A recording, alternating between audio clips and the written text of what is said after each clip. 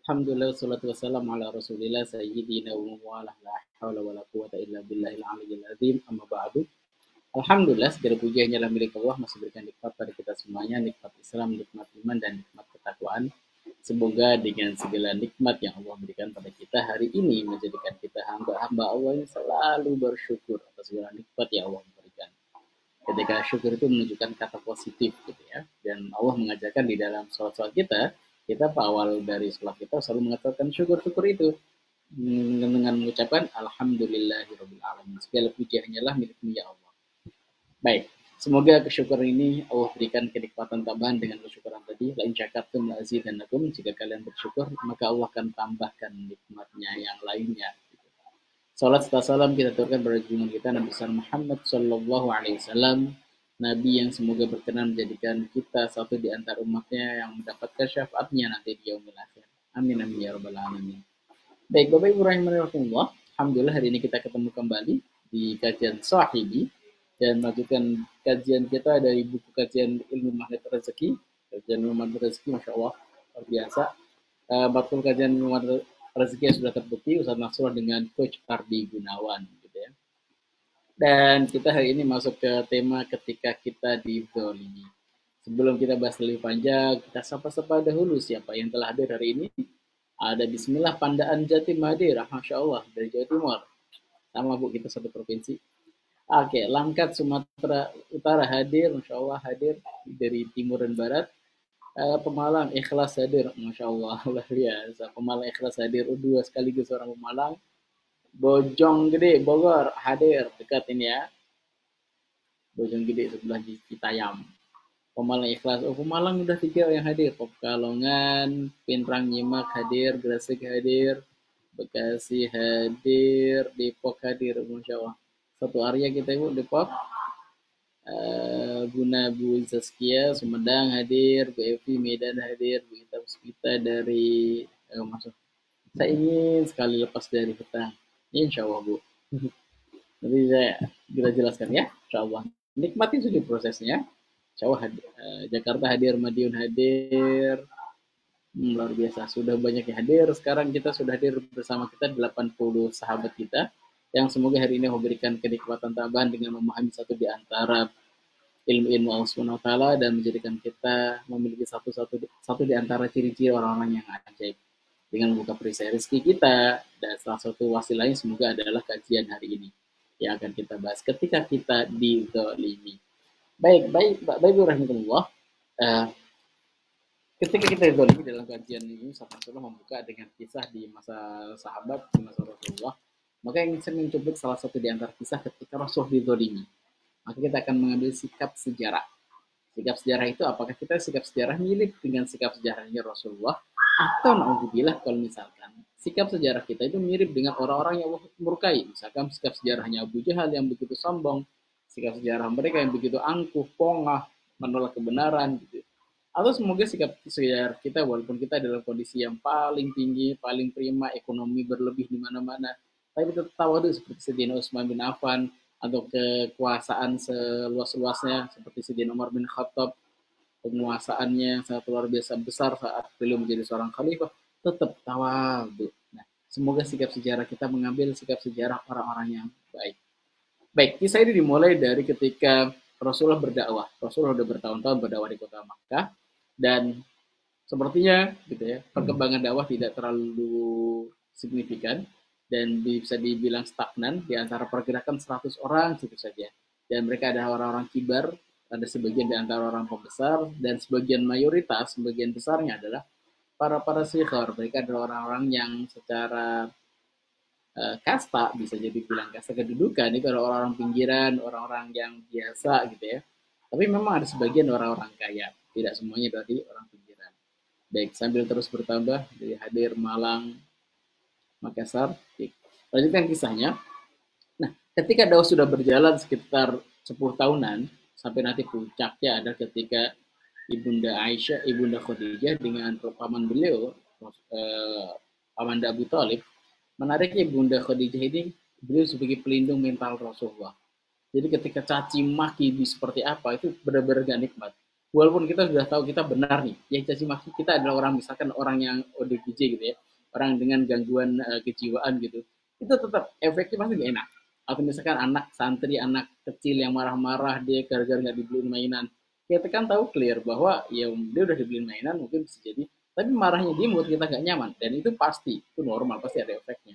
Apalagi yang memarahi Rasulullah itu hampir satu kota dan semuanya itu basically kita kan mereka orang waras gitu ya, ketemu dimanapun Rasul diludahi, dilemparin batu, orang gila sebagainya. Yang mana Rasulullah sebelumnya sangat-sangat dipuji oleh mereka, disebut sebagai Al-Amin, orang yang sangat terpercaya. Tapi ketika risalah itu didapatkan oleh Rasulullah, Rasulullah mendapatkan kewajiban risalah ini, maka Masya Allah, kehidupan berubah 180 derajat. Dulu yang cinta seperti Abu Lahab itu sangat sayang kepada ponakannya yang bernama Rasulullah, saking sayang sampai sepupuan, sampai iparan gitu ya, dua putra Abu Lahab dinikahkan dengan dua putri Rasulullah, saking sayangnya. Tapi ketika mengetahui ponakannya menjadi Nabi dan Rasul, efeknya apa? Anak-anaknya ini diminta untuk mentalak anak-anak Rasulullah. Jadi ketika Rasul menjadi seorang pimpinan Rasul, hadiah pertama yang diterima adalah, salah satunya diantaranya adalah dua putri beliau menjanda.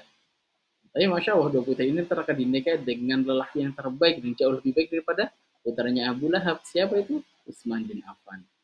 Dan ketika tekanan semakin berat, semakin dahsyat, luar biasa, gak mudah gitu ya. Rasul di luar selalu dicaci maki, umpatan-umpatan kata-kata yang gak bagus, bahkan pedang juga disiapkan oleh mereka. Tapi ketika sudah sampai rumah, ada seorang wanita yang sangat bisa menenangkan. Siapa itu? Ibunda Khadijah. Secara mental, secara perhatian itu semua dicurahkan. Maka Rasulullah pernah menyampaikan ruzik tuhabbah, aku dianugerahkan cinta terhadap Khadijah, Ibunda Khadijah. Kayak cinta terhadap Ibunda Khadijah itu seperti cinta seorang ibu terhadap anaknya. Sudah lekat banget, gak mungkin. Kayak apapun orang itu, misalkan anak sekeparah apapun, tetap ibu itu sayang sama anaknya. Kayak apapun. Dan apalagi Ibunda Khadijah dengan segala perangai kebaikannya gitu kan, itu masa membuat Rasulullah semakin sayang kepada Ibunda Khadijah. Dan bahkan satu-satunya orang yang bisa membuat Ibunda Aisyah cemburu itu adalah Ibunda Khadijah. Sedangkan mereka berdua belum pernah ketemu.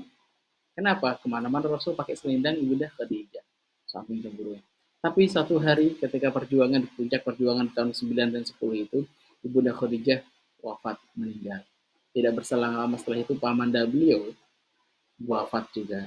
Pamanda beliau itu sebagai pemegang diplomatiknya, pemegang kekuasaan. Rasulullah masih disungkani oleh orang-orang Quraisy itu gara-gara ada pamanda beliau. Karena pamanda beliau tidak beragama dengan seagama Rasulullah, dan mereka masih disungkani oleh orang-orang Quraisy. Dan karena sungkana kepada sang paman, maka yang berani untuk meledek, berani untuk mencaci Rasulullah hanya orang-orang besar saja, kayak Abu Jahal, Abu Lahab, itu yang berani. Tapi orang-orang pinggiran, orang-orang ini, orang biasa, itu nggak berani. Kenapa? Masih memandang wibawa Abu Thalib.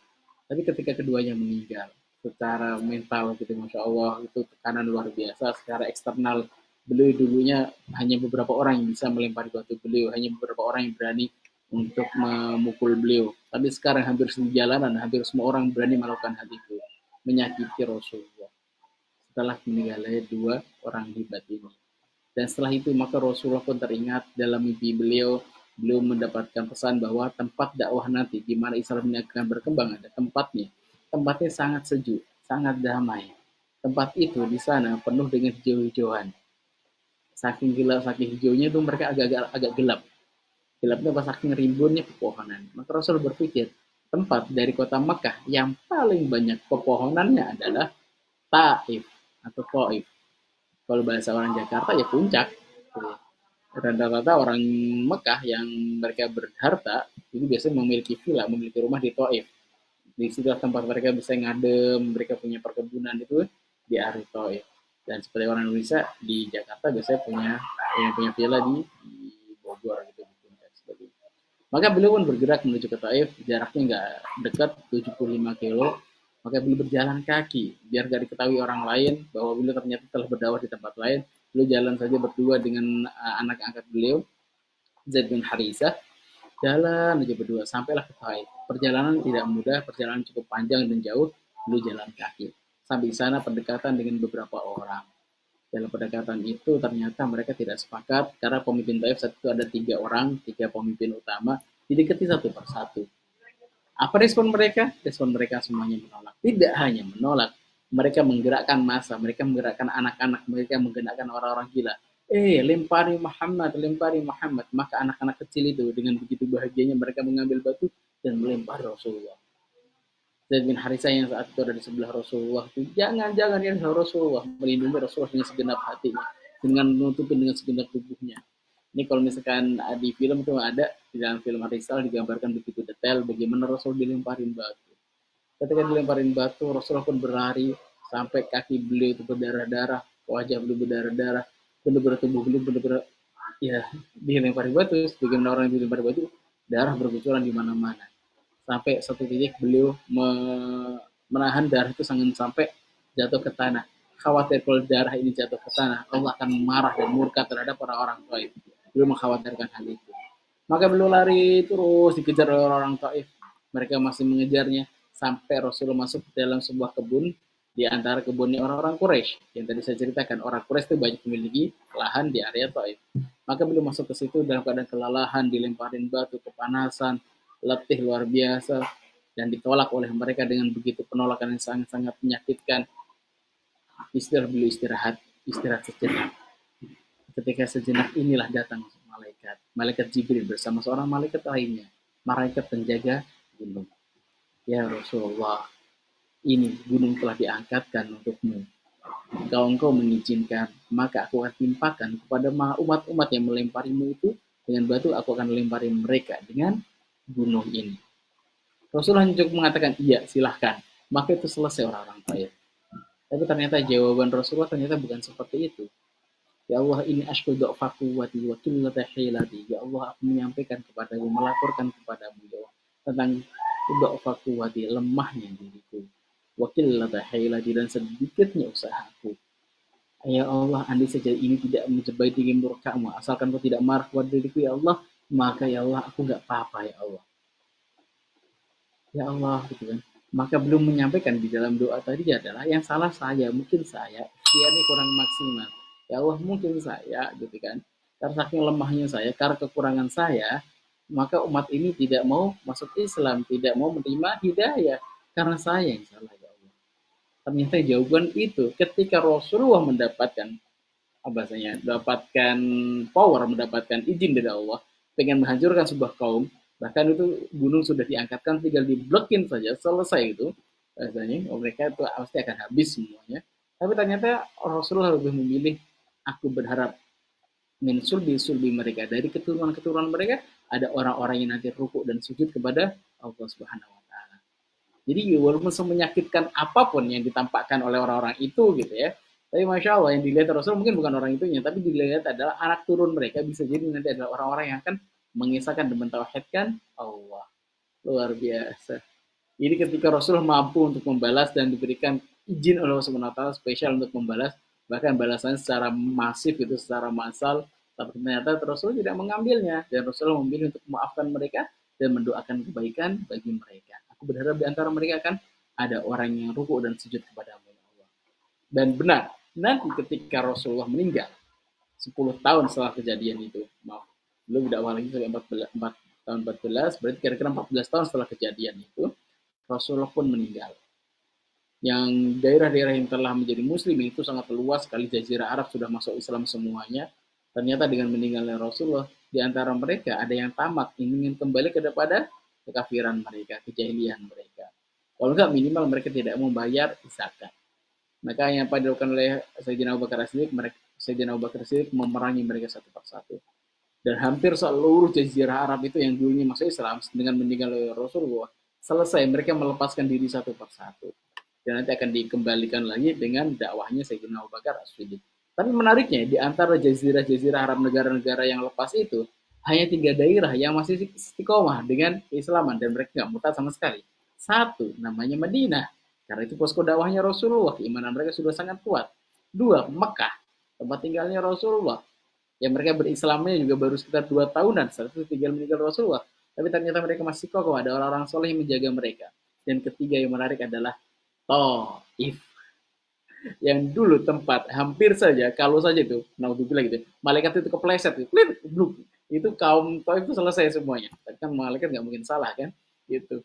Maka masya Allah yang dilakukan adalah itu tempat yang dulu hampir dihancurkan oleh malaikat. Kalau saja Rasul mengizinkan pasti hancur semuanya. Ternyata itu negeri yang menjadi salah satu di antara daerah yang kekeh kuat dengan keislamannya. Walaupun keislamannya baru sekitar 2 tahunan dari kejadian itu. Karena keislaman orang Taif itu baru ketika Fathu Makkah tahun ke-8. Dan Rasulullah meninggal tahun ke-10 Hijriah. Bapak Ibu rahimakumullah. Maka ada sikap sejarah yang pernah contohkan Rasulullah. Ketika Rasulullah dizalimi, apa yang dilakukan beliau? Beliau memaafkan. Mudah? Enggak mudah, serius. Enak aja, stop dia yang salah. Masa saya maafin, dia aja belum minta maaf, kan gitu biasanya kita. Tapi Rasulullah nggak gitu. Mereka belum minta maaf, Rasulullah memaafkan mereka. Dan Rasul berharap ada di antara keturunan mereka kebaikan. Bahkan didoain spesial doa kebaikan. Makanya doa nanti akan diijabah 14 tahun selanjutnya. Ketika mereka Islam gitu kan. Keislaman mereka kuat sekali. Bahkan lebih kuat dari orang-orang Najd, lebih kuat dari orang Yaman di saat itu. Luar biasa. Nah, ini kisah pertama. Sikap sejarah yang diambil Rasulullah ketika beliau dizalimi adalah memaafkan. Dan ini juga mungkin yang dijadikan oleh Ustaz Nasrullah membuat list, kalau bahasa beliau kan lebih sederhana ya, ketika kita masuk awal ke kajian gitu, di awal pembelajaran, biasa kita disuruh tuh ketika camp, disuruh nuliskan orang-orang yang pernah zalimi kita. Saya terkesan banget dengan yang dilakukan Ustaz Nasrullah ini. Khususnya ketika ada orang menzalimi kita. Kita diminta menuliskan nama-nama mereka, jenis dia 1-10, kalau ada 10 kita tulisin semuanya gitu kan. Yang sering saya sampaikan, mungkin ini akan diadab ini malam ini. Kenapa kita akan berdoa bersama untuknya, gitu kan. Tapi ternyata Masya Allah diminta nulis dan malamnya disuruh doain. Bahkan suruh surat hajat spesial agar Allah mengabulkan segala niat-niat baik yang mereka panjatkan. Ini orang menzalimi kita, malah didoakan spesial kebaikan. Nah, ini sikap sejarah yang pernah diambil oleh Rasulullah. Mungkin bahasa Ustaz Rasul lebih sederhana gitu ya. Tapi bahasa kajian yang pernah diambil adalah yaitu yang pernah dilakukan oleh Rasulullah saat ketika beliau dizalimi. Kezaliman kedua kita ambil sikap sejarah juga dari Rasulullah. Saat Rasulullah Fathu Makkah. Jadi kan selama 14 tahun di kota Makkah, beliau kan selalu diperangi terus, dimusuhi oleh orang-orang Makkah. Nggak cuma 14 tahun, ketika Rasulullah hijrah ke Madinah pun, itu sampai tahun ke-5, Rasul itu masih dimusuhi. Bahkan tahun ke-6 dan ke-7 juga masih dimusuhi. Cuman tahun ke-6 dan ke-7 hijrah itu, permusuhannya tidak sekuat ketika 1-5. Ada peperangan sampai peperangan Khandaq puncaknya. Nah setelah perang Khandaq nanti ada perjanjian Hudaybiyah, permusuhannya tidak terlalu kuat, karena memang mereka sudah mulai turun gitu, secara kekuatan. Nah, ternyata belasan tahun, bahkan bisa dihitung puluhan tahun ya, sampai ke angka 20 tahun dan hampir 20 tahun ketika Rasulullah dizalimi, dimusuhi oleh mereka. Satu ketika tahun ke-8 Hijriah. Ke-8 Hijriah, 2 tahun dari puncak mereka melakukan perang yang namanya perang Khandaq itu, 2-3 tahun itu, Rasulullah berhasil menaklukkan Makkah. Makkah ditaklukkan, itu Fathu Makkah, dan itu semua orang-orang Makkah sudah ngeri mereka. Ya Allah, kita kalah sama Muhammad. Pasti dia inget nih, dulu saya pernah ngelemparin batu dia, waduh, cincang ini pasti dibelah nih kepala kita, mungkin akan digantung depan Ka'bah. Semua orang yang punya dosa sama Rasulullah, yang punya dosa dengan orang-orang muslimin, semuanya udah deg-degan habis-habisan. Ini pasti akan dibantai, ini pasti akan diajar. Kenapa? Rasulullah membawa 10.000 pasukan. Yang mana Andis ya orang Mekah semuanya berkumpul, laki-laki, perempuan, anak-anak, itu nggak sampai 10.000. Dahsyat. Apa yang terjadi? Mereka semua sudah menyerah. Dan mereka dikumpulkan oleh Rasulullah, maka katakan kepada mereka agar mereka berkumpul di depan Ka'bah. Maka Rasul bertanya kepada mereka, ya wahai para saudaraku, kira-kira apa yang akan aku katakan pada kalian? Maka mereka mengatakan kebaikan. Sesungguhnya engkau ada orang yang baik, sekolah ada saudara yang baik, maka aku akan mengatakan kebaikan bagi kami, gitu kan. Ya namanya orang sudah kalah gitu kan. Maka ternyata ini diucapkan oleh Rasulullah. Aku lukamakola Yusuf li ikhwatihi. Aku katakan seperti apa yang dikatakan Yusuf kepada saudara-saudaranya. La tasriba alaikum yaum. Tidak ada celaan, tidak ada musuhan dengan kalian. Tidak ada kebencian untuk kalian. Wa antum mutulaqo, dan semuanya kalian itu orangnya bebas. Andai saja mereka tidak dibunuh dan dijadikan budak saja, itu udah keren banget. Itu udah baik banget. Karena mereka berhak untuk dipenggal satu persatu. Tapi ternyata itu yang tidak dipilih oleh Rasulullah. Yang dipilih adalah aku kama qala Yusuf li ikhwatihi. Aku katakan seperti apa yang dikatakan Yusuf kepada saudara-saudaranya. Apa itu? La tasriba alaikumul yaum. Tidak ada celaan bagi kalian. Dengan perlakuan saudara-saudara Nabi Yusuf dengan begitu sadisnya, begitu galaknya gitu ya, sebegitu teganya sama adiknya, adik kecilnya ini, ternyata dimaafin dari hari pertama beliau dibuang ke dalam sumur. Dan itu yang menginspirasi Rasulullah memaafkan orang-orang Makkah. Maka Bapak Ibu rahimahullah, maka ketika kita bermusuhan dengan, mungkin kita tidak suka dengan seseorang, maka lihat dulu, orang itu ternyata juga rukuk dan sujud seperti kita. Mereka bersyahadat seperti kita. Mereka adalah saudara kita. Bayangkan kalau misalkan dia masuk surga, dan kita juga masuk surga, dan tetanggaan kita masih musuhan, surga nggak akan jadi nikmat, dan surga tidak akan pernah terisi dengan ketidaknikmatan. Maka mungkin sih kita emang nggak masuk surga dengan kebencian yang kita simpan. Gitu. Maka yuk kita request, kita tadabbur kembali dengan kisah yang disampaikan Rasulullah ini, sikap sejarah yang diambil Rasulullah ketika beliau dizolimi, ternyata beliau memaafkan orang yang menzoliminya. Mudah? Nggak mudah, yakin nggak mudah. Karena satu di antara amalan-amalan yang menjadikan salah seorang sahabat bisa disampaikan oleh Rasulullah akan datang kepada kalian ketika Rasulullah sedang duduk di masjid gitu kan. Duduk, entar lagi akan datang orang ahli surga. Maka semua sahabat nungguin. Ternyata pas keluar, ada seorang laki-laki yang baru selesai wudhu, itu diwakilkan mau sholat asar gitu ya. Itu air wudhunya masih tes, nyangking sendalnya, bawa sendalnya pakai tangan kiri. So, ini orang ahli surga. Dan perawi hadis ini, Anas bin Malik, Abdullah bin Amr bin Al-As, itu menyampaikan bahwa beliau tidak menyebutkan nama dari laki-laki tadi. Berarti laki-laki itu tidak terkenal gitu ya. Nah, terus hari kedua Rasul ternyata pas lagi duduk dengan para sahabat, menyampaikan hal yang sama. Akan datang pada kalian seorang ahli surga lewat dari pintu itu. Terus keluar orang yang sama dengan keadaan yang sama, masih menetes di sini air bekas wudhu, dan nyangking sendalnya, membawa sendalnya dengan tangan kirinya gitu ya. Terus masuk sholat, habis itu salam, pergi lagi. Kok bisa orang ini masuk surga gitu kan, ahli surga. Di hari ketiga pun sama gitu. Sampai di hari ketiga karena penasaran ini orang amalnya apa kok dia masuk di dalam barisan ahli surga. Maka sahabat Abdullah bin Amr bin Al-As mendekati si laki-laki tadi, sahabat tadi Ansar, dan mengatakan padanya, aku punya persoalan dengan ayahku dan aku keluar dari rumahnya dan aku tidak ingin pulang dalam waktu 3 hari ini. Maka bolehkah aku menginap di rumahmu? Ketika nginap itu tidak lain hanyalah niatnya ingin tahu apa yang akan diamalkan oleh si laki-laki itu agar beliau bisa mengamalkannya juga, agar biar bisa menjadi ahli surga juga. Maka dia nginap pas hari pertama, nggak tidur, diliatin mungkin qiyamul dari isya sampai subuh kali gitu. Ternyata nggak juga, mungkin tilawahnya nggak habis kali, nggak juga, biasa banget, datar aja. Jadi qiyamul biasa gitu ya, sangat-sangat biasa banget gitu. Untuk ukuran ibadah para sahabat itu sangat-sangat biasa. Oh gitu kan. Ternyata sampai hari ketiga dianjurkan semuanya datar-datar saja, biasa aja. Maka sahabat Abdullah bin Amr al-As pun minta izin kepada Rasulullah ya, pada si laki-laki tadi. Sana sebenarnya aku gak punya persoalan dengan bapakku, cuman aku penasaran. Rasulullah kok bilang itu ahli surga. 3 kali lagi bilangnya. Maka Ani ingin tahu amalanmu. Ternyata beberapa hari ini aku lihat amalan biasa banget juga, nggak ada yang spesial juga.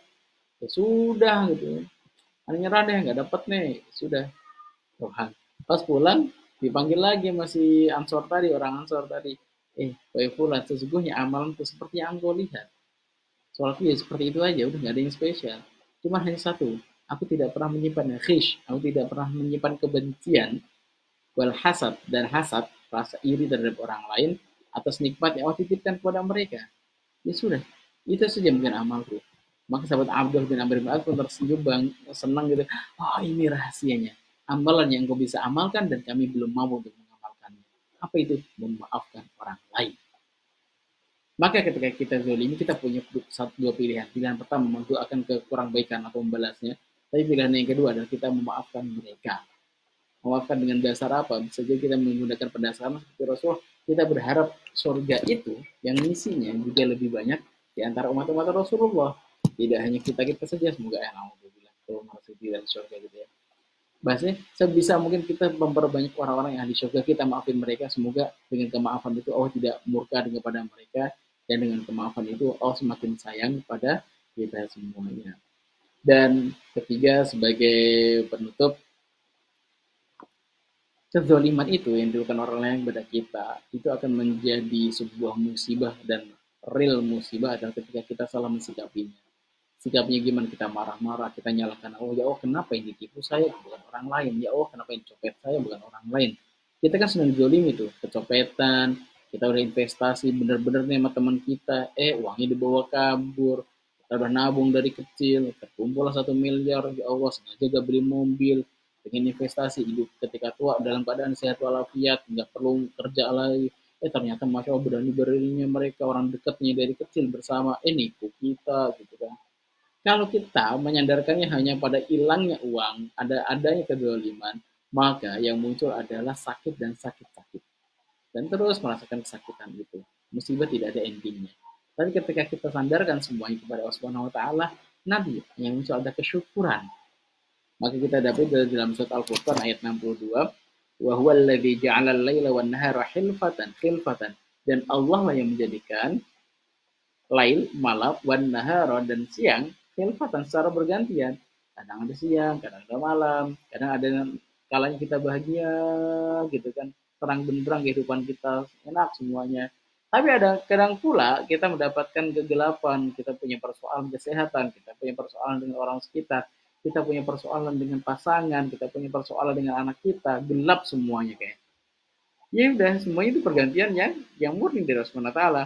Liman aroda ayat zakar, bagi orang yang ingin mengingat Allah, yang mereka itu ingat sama Allah, dikonekkan semua urusan kepada Allah, au aroda syukur, atau mendapatkan kesyukuran. Jika mereka mampu mengkonekkan segala persoalan itu dengan Allah, pasti mereka akan bersyukur. Yakin. Yang tadi ketika baru kita buka gitu kan, ada yang ya Allah semoga yang di sini ya Allah pengen nggak, ya Allah semoga saya bisa lepas dari amanah ini ya Allah. Memang nggak enak punya amanah itu. Hidup kayak ya Allah tertekan terus ngeliatin orang, ya Allah takut jadi kolektor, nggak nyaman, semuanya nggak nyaman. Tetapi saya ingin nanya kepada Bapak Ibu, ketika dalam kita punya amanah dan kita dikejar-kejar orang, kira-kira doa kita lebih khusyuan mana? Ketika kita punya amanah atau ketika kita nggak punya amanah? Jadi nggak mudah dijawab. Ini nih kita lagi banyak syukur banget, nikmat banyak. Iya kita doa sama Allah sih gitu kan. Tapi kalau dicek kekhusyuan sholat kita, kekhusyuan doa-doa kita, ketika kita punya persoalan dengan kita tidak punya persoalan, kira-kira mana yang lebih khusyuk? Kalau Rasulullah sudah flat semua, dalam keadaan apapun, beliau tetap Masya Allah gitu ya. Sholatnya saya sampai kaki beliau bengkak. Ditanya sama Ibunda Aisyah, ya Rasulullah nanti sholatnya sampai segitu ya gitu. Antum. Rasulullah kan sudah dijaminkan surga gitu kan. Kata Rasulullah, apakah kau nggak pengen menjadi hamba yang bersyukur? Jadi sholatnya ada tanda syukur Rasulullah kepada Allah Subhanahu Wa Taala, udah flat. Jadi baik nikmat ataupun nggak nikmat sama aja bagi Rasulullah, doanya maksimal semua. Tapi bagi kita gitu ya, yang punya amanah dan nggak punya amanah, saya ingin jujur-jujuran, satu sih ketika kita punya amanah dan kita tidak punya amanah, mungkin bisa jadi ketika kita punya amanah, doa kita lebih mustajab. Bahasanya lebih doa kita lebih khusyuk pada Allah Subhanahu Wa Taala. Maka syukuri bahwa Allah masih kangen sama kita. Kisah kemarin masih ingat kisah tentang pengamen jreng gitu kan. Ceritanya kita lagi duduk di warung di apa ya maksudnya ayam penyet misalkan gitu ya, di pinggir jalan biasa ada pengamen jalanan jreng gitu kan. Udah pengamennya ternyata bencong, suaranya ceket gitu kan. Kita udah nggak stop loading gitu kan. Aduh gitu. Kita udah nggak nyaman banget sama pengamen ini. Terus apa yang kita lakukan? Kita segera mengeluarkan uang kita, mungkin 100.000 rupiah kah, mungkin 500 perak kah, atau mungkin 1.000 rupiah. Yang penting ini orang segera pergi. Kita nggak nyaman, makanan kita akan terganggu. Pak kita nggak nyaman gitu. Udah cepat pergi. Dan yang kedua, pas datang ternyata pengamennya ya Allah suaranya bagus gitu, kayak Maher Zain, wajahnya juga ganteng gitu kan, keren. Terus pakaiannya necis bagus dan suaranya enak, lagunya pas banget sama lagu kita suka gitu. Misalkan lagu Dewa 19 gitu, ketahuan kan umurnya, dan asik banget kita dengerin gitu kan. Kita nggak kasih tuh. Kenapa kita menikmati? Kenapa kalau kita kasih segera bisa jadi nyanyinya berhenti dan dia langsung pergi. Tapi nanti ketika kita udah selesai gitu kan sampai satu album, bang nambah lagi dong lagu yang ini, nambah lagi lagu ini, bisa jadi dia nyanyinya lebih banyak, lebih lama. Tapi kan nggak mungkin kan kita ngasihnya 1.000 perak. minimal 10.000 atau bisa jadi 100.000 kita kasih. Kenapa? Kita seneng banget sama suaranya, keren banget ini gitu. Maksudnya apa? Sat? Apa urusannya dengan amanah, Sat? Maksudnya adalah bisa jadi nih Allah ketika kita diberikan nikmat mudah, ya kita doa, ya Allah kabulkan doaku ya Allah, saya ingin punya semua lunas amanahku ya Allah. Ternyata besoknya dapat negeri nomplok, selesai persoalan. Bisa jadi tuh, satu, Allah yang sayang pada kita, tapi bisa jadi kemungkinan kedua bahwa Allah sedang benci sama kita. Allah itu geli banget gitu doanya, orang ahli maksiat doa muri. Berarti Allah tuh geli seperti datangnya tadi bencong gitu kan. Udah cepet-cepet kabulkan deh, kasih aja kasih itu. Biar apa? Biar gak doa lagi. Tapi bisa jadi ada orang yang soleh minta sama Allah gitu, kok gue gak dikasih-kasih ya Allah. Ternyata Allah senang menikmati lirihan kita. Takutnya kalau misalkan nanti dikasih segera, kita nggak lirih lagi, kita nggak mengibah lagi sama Allah gitu. Maka itu nikmatin. Tapi tiap malam kita ngibah sama Allah, iya bermunajat terus sama-sama Allah, minta sama Allah. Tapi nanti lihat endingnya. Ketika kita setiap hari bermunajat dan belum Allah kasih, itu nanti sekali Allah kasih pasti akan kasih yang gede, nggak mungkin 1.000 perak, minimal 100.000 ukuran Allah, 1.000 juta, atau 1.000 miliar, berarti 100 triliun. Allah alam bisawab. Maka bismillah kita harus selalu semudah sama Allah. Ketika kita didolimi sama orang lain pun, sebenarnya dalam kehidupan kita, ketika kita konekkan dengan Allah, ketika kita misalkan mengumpulkan uang 100 juta, dibawa sama teman kita. Di dalam Islam, gitu, yang kita pahami bahwa nggak ada yang gratisan, pasti akan kembali pada kita. Nanti satu hari ketika misalkan kita ditipu oleh orang-orang dekat kita, itu nanti di mahkamah Allah akan dikembalikan dalam bentuk pahala yang indah. Dan dia akan berlipat-lipat ganda. Maka satu hari kita akan bangga, ya Allah, untung aja dulu pernah ditipu 100 juta. Nah, aku ridho sama Allah. Ini nih amalan pas-pasan banget nih, kepleset dikit masuk neraka nih. Alhamdulillah ya dapat kiriman 100 juta. Oke, makasih titipannya gitu kan. Kita akan bahagia nanti. Oh, kenapa ini masuk surga? Gara-gara tadi pernah ditipu orang lain, aneh redo. Ternyata wah ini banget. Dan itu pasti akan dikembaliin sama Allah. Maka ketika dapat ujian, dapat tantangan apapun, apakah anak kurang sehat, sebagainya, itu insya akan menjadi penggugur dosa dan penambah pahala bagi kita. Pahala orang-orang sabar. Yang mana pahala orang-orang sabar itu tidak ada batasnya, nggak ada nominalnya, unlimited, sampai nggak terbentuk. Kalau misalkan kita sholat berjamaah gitu kan, masih kan pahalanya berapa, gitu kan berapa kali lipatnya, pahala tilawah kita 1/10 kebaikan. Ini kalau pahala kesabaran itu unlimited. Kalau bahasa di dalam itu kan nggak ada batasnya gitu, sampai nolnya kita ngitungnya bingung gitu kalau misalkan ada angkanya. Maka yakinilah ketika kita zalimi, hal yang terbaik yang kita lakukan adalah memberikan kebaikan, mendoakan orang yang kurang baik itu. Dengan kezaliman mereka bisa jadi Allah sedang ingin mengangkat derajat kita seperti derajatnya Rasulullah ketika beliau dizalimi orang lain dan kita bisa memaafkan mereka dan Rasulullah mampu memaafkan mereka. Wallahu a'lam bishawab. Selanjutnya kita akan diskusi. Oke, sudah ada pertanyaan kan yang masuk? Udah panjang. Baik, sebentar dari atas dulu. Oke, ya Bu Aryani Utami ketika Rasulullah SAW didolimi, beliau memaafkan bahkan didoakan kebaikan spesial ya Bu, Masya Allah. Dan ini nggak mudah Bu ya, serius ini nggak mudah. Tapi setidaknya kita sudah berniat berazam. Ya Allah pengen membalas ya Allah. Rasulullah nggak gitu, ya sudah ikutin Rasulullah. Semoga kita bisa tetanggaan sama Rasulullah dengan apa yang kita lakukan. Oke, kebencian, kejahatan dibalas cinta. Keren. Baik, siap. Masya Allah. Masya Allah pernah sholat tobat 3 kali Ustaz untuk satu orang yang zolim sama saya. Kejadian 2014. Saya bawa jengkelnya sampai saya bertemu Ibnu Aimer. Alhamdulillah sudah nggak dendam lagi. Alhamdulillah. Dan hidup kita pasti lebih nikmat, Bu. Ketika kita bawa dendam itu seperti bawa bangkai dalam tubuh kita dan nggak nikmat banget. Yang dolimi kita makan sih enak-enak aja makan sate gitu. Kita makan sate juga rasanya nggak nikmat banget. Iya, pernah dolimin orang gitu kan. Satenya jadi bumbunya bukan bumbu kecap, bumbu dendam gitu. Kan nggak asik. Ya, ketika kita plongan lepaskan, wih, Masya Allah, itu dada kita lebih pelong. Terus urusan dia gimana? Udah enak aja didolimin kita, masa nggak dapat balasan gitu kan. Yang balas Allah. Yang bisa kita lakukan adalah kebaikan. Nanti ikopnya yang paling dahsyat dari ikopnya dari atau sanksinya dari Allah Subhanahu wa taala. Baik, Karawang hadir. Pak Nuris, kezaliman orang lain kepada kita bisa jadi musibah ketika kita salah menyikapinya. Maka sikap ilah dengan penuh syukur dan kebaikan. Alhamdulillah, sepakat. Luar biasa. Nur Ihsan. Baik. Anggap Pak Ustadz habis didolimi malah Allah kasih hadiah motor yang lama saya impikan. Pas dapat bungkus permen, nangis sambil bilang, wow, keren. Masya Allah. Saya sering, saya dulu dolim itu kan dolim lucu aja sih. Saya itu pernah melakukan beberapa kali, mungkin bisa ceritakan ya, melaksanakan haji gitu kan, dan itu satu-satunya kok yang di dalam rombongan haji itu ada sekitar 300 orang, satu-satunya belum nikah cuma saya, dan saya sebagai pembimbing jomblo gitu ya.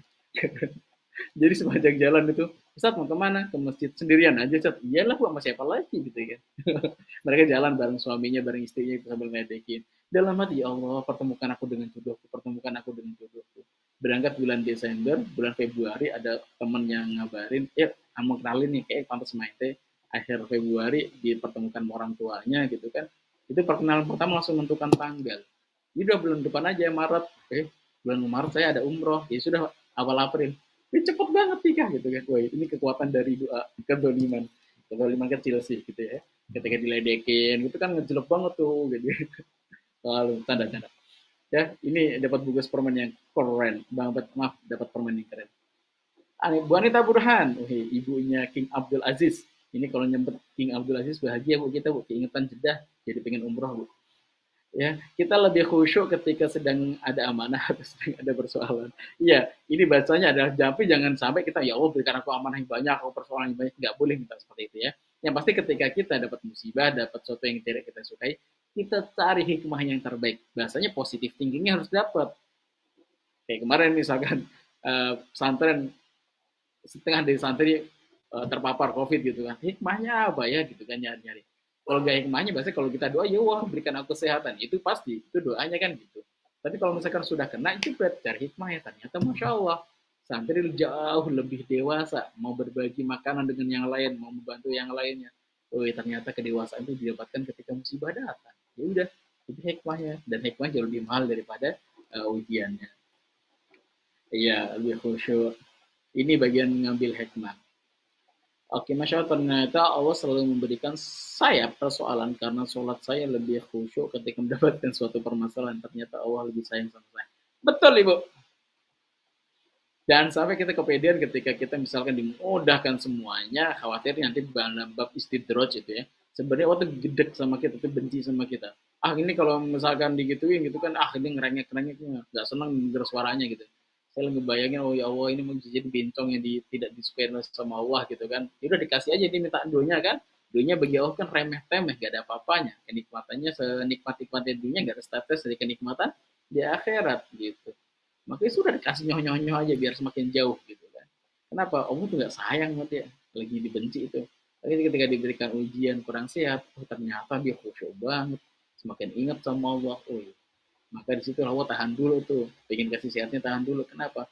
Oh masih senang dengan rintihan dan doa-doanya. Bismillah. Baik. Ya Ustadz, jadi penyakit hati kalau kita dendam, belajar ikhlaskan pelan-pelan. Bismillah, sepakat Ibu. Ustadz, bagaimana dengan sikap memaafkan tapi tidak melupakan? Apakah itu bisa dibilang dendam atau hanya waspada? Baik, memaafkan tapi tidak melupakan. Yang itu saya pikir masih normal. Sering kisah yang saya sampaikan adalah Rasulullah itu kan pemaafnya luar biasa. Tapi ketika terjadi peperangan Fathu Makkah, ada 10 orang yang memang dosa mereka itu besarnya luar biasa.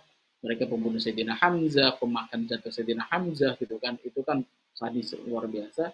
Nah, untuk 10 orang ini pengecualian, mereka nggak dimaafin. Itu menunjukkan ketegasan Rasulullah. Salah satunya Wahsy. Nah, sahabat Wahsy nanti akan masuk Islam dan dia datang kepada Rasulullah menyampaikan syahadat. Maka ditanya setelah syahadat, gue siapa? Aku Wahsy. Pembunuh Sayyidina Hamzah? Iya. Ceritakan padaku bagaimana engkau membunuhnya. Diceritakan detail bagaimana Hindun memakan jantungnya Sayyidina Hamzah, mencacah mata sebagai wajah yang dihancurkan, potong telinga sebagai dihancurin benar-benar. Ternyata Rasul makin sakit dengar itu. Ya Rasul sudah tahu ini adalah salah satu dari sahabatnya dan dimaafkan. Dia sudah pergi. Dan beliau berpesan, andai saja engkau bisa berpaling dari diriku, maka berpalinglah. Kenapa? Rasul keingetan dengan kejadian itu ketika ketemu dengan Wahsy. Gitu. Jadi bahasanya ya udah maafkan, tapi tidak bahasanya melupakan itu nomor kedua. Kalau bisa melupakan, alhamdulillah lebih baik. Tapi kalau masih belum, mungkin saking sakitnya, setidaknya kita sudah merindukan dulu Bismillah. Gitu. Itu bukan berarti menjambuk, dan itu normal sih sebenarnya. Gitu. Kalau bisa plong sebagainya itu lebih bagus. Tapi biasanya sih nggak mudah itu butuh waktu yang sangat panjang. Bismillah gak apa-apa. Yang penting kita udah maafin. Kosong-kosong. Oke, di sini ini Pak Ustadz, anak saya berumah tangga 3 tahun, dicerai suaminya, kemudian setelah 4 tahun menikah yang kedua kali, tapi baru 3 bulan dicerai karena alasan belum bisa kasih keturunan.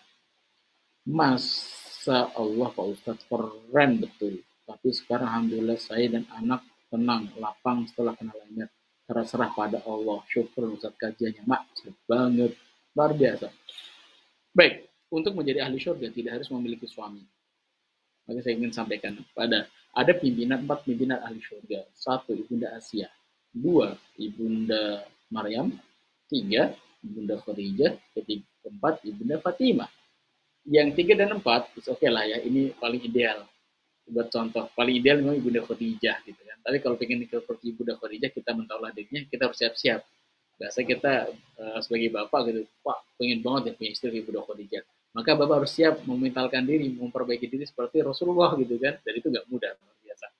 Kayak Bunda Fatimah ini secara akhlak baik banget, tetapi secara perekonomian kan pas-pasan kehidupannya. Gitu.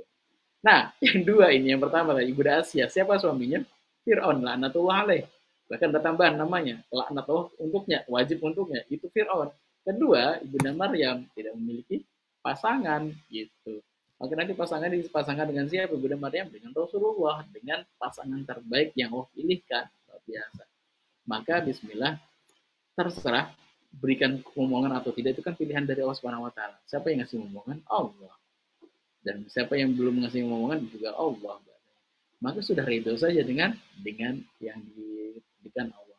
Maka saat ini dalam tema ridho Ibu ya, saya tambahkan sedikit. Ada ibadah umroh yang umrohnya belum selesai, tapi mabrurnya udah dapat.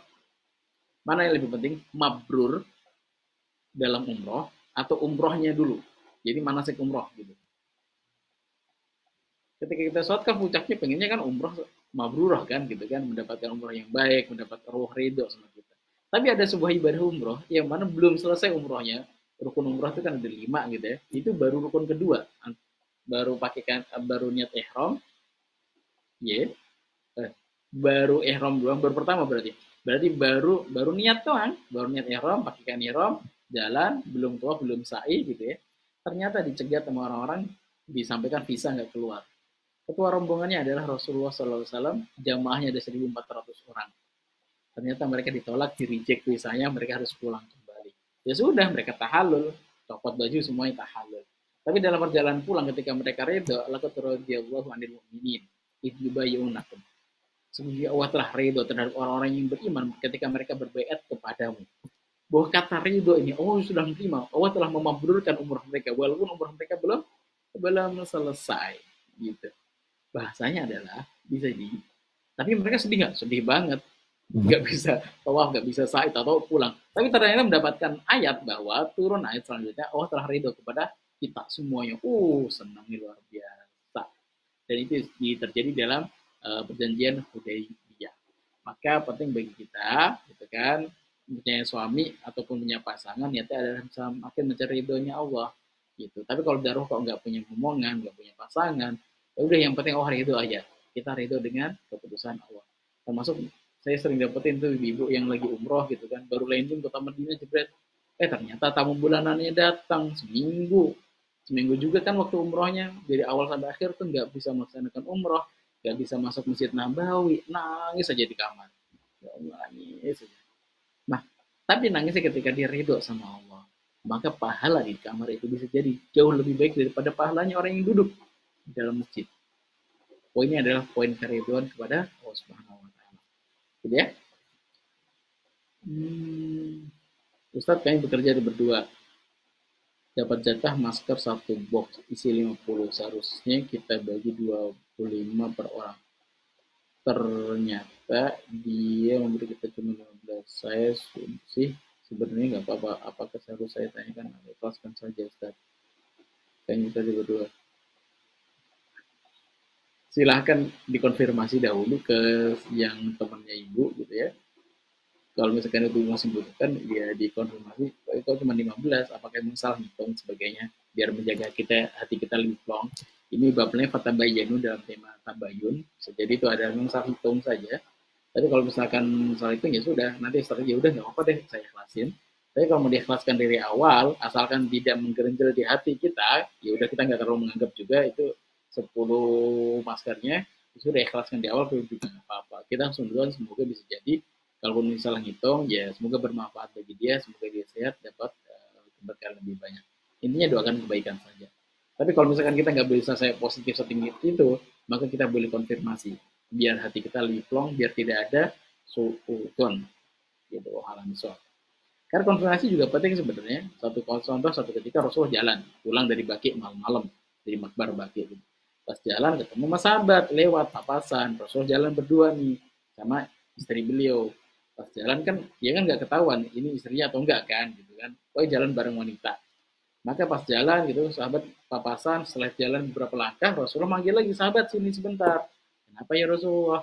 Aneh nggak tahu ya, ini istri saya. Maka sahabat bingung. Ya Rasul, kenapa engkau kasih tahu aku seperti itu? Aku khawatir kalau setan membisikimu. Bisiki apa? Ya Rasul, malam-malam jalan sama Afat. Siapa tuh ya? Khawatirnya itu, biar belum menjaga hati sahabatnya tadi, biar dia gak berprasangka yang bukan-bukan. Maka disampaikan. Nah itu namanya tabayun. Gitu. Dan perlu aja, silahkan.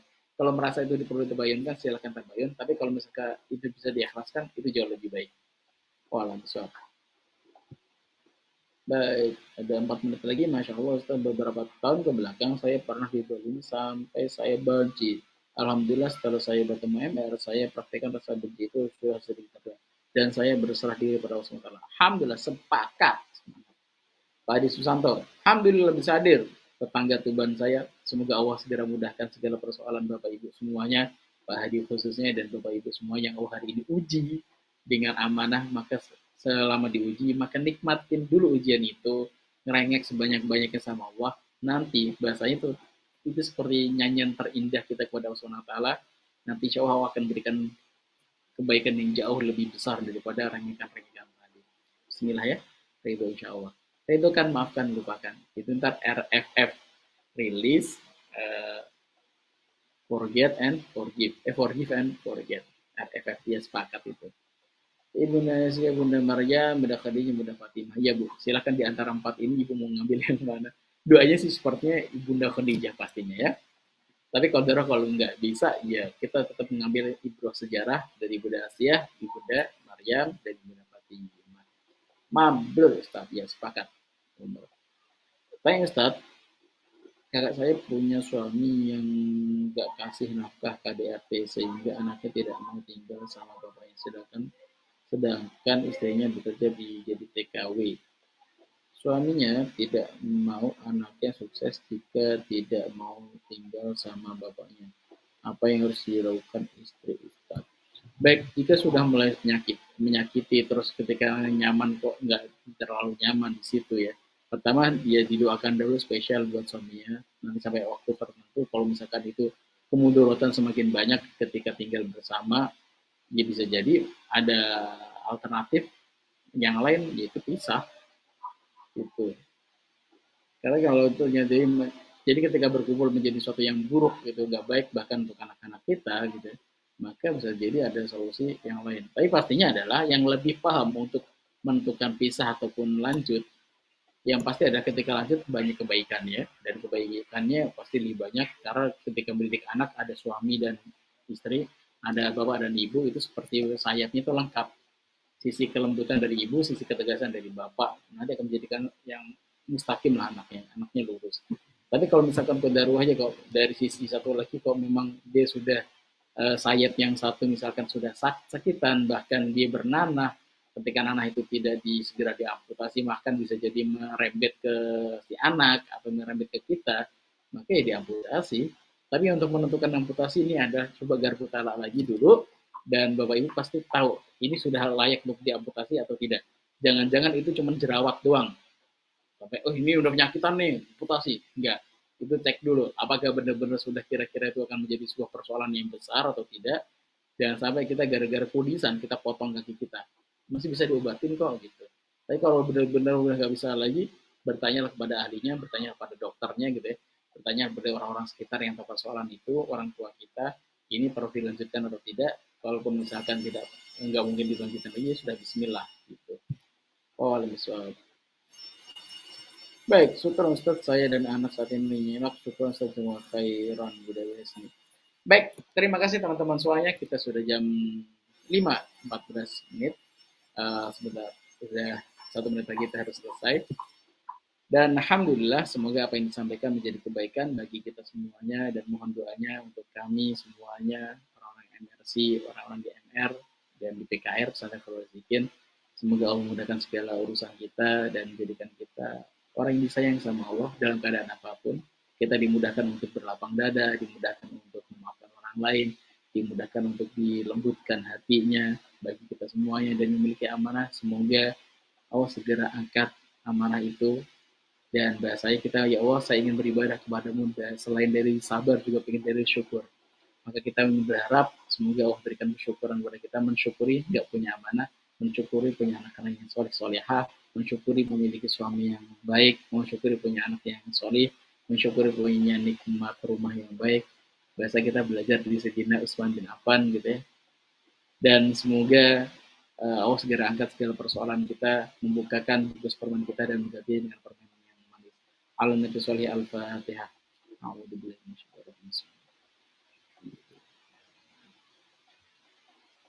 Iya kan.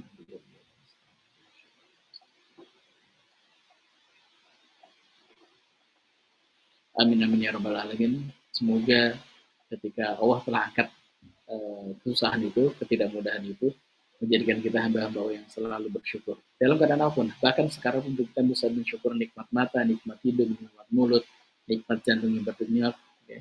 Dengan nikmat-nikmat itu, ketika kita bersyukur, maka Allah akan tambahkan nikmat yang lain. Nikmat dilepaskannya segala amanah dari diri kita. Saya mohon diri, Ali Murtado. Mungkin ada kata-kata yang kurang berkenan, yang kurang tepat. Saya mohon maaf, segala kekhilafan. Dan Assalamualaikum warahmatullahi wabarakatuh. Salam satu sama dan terhubung.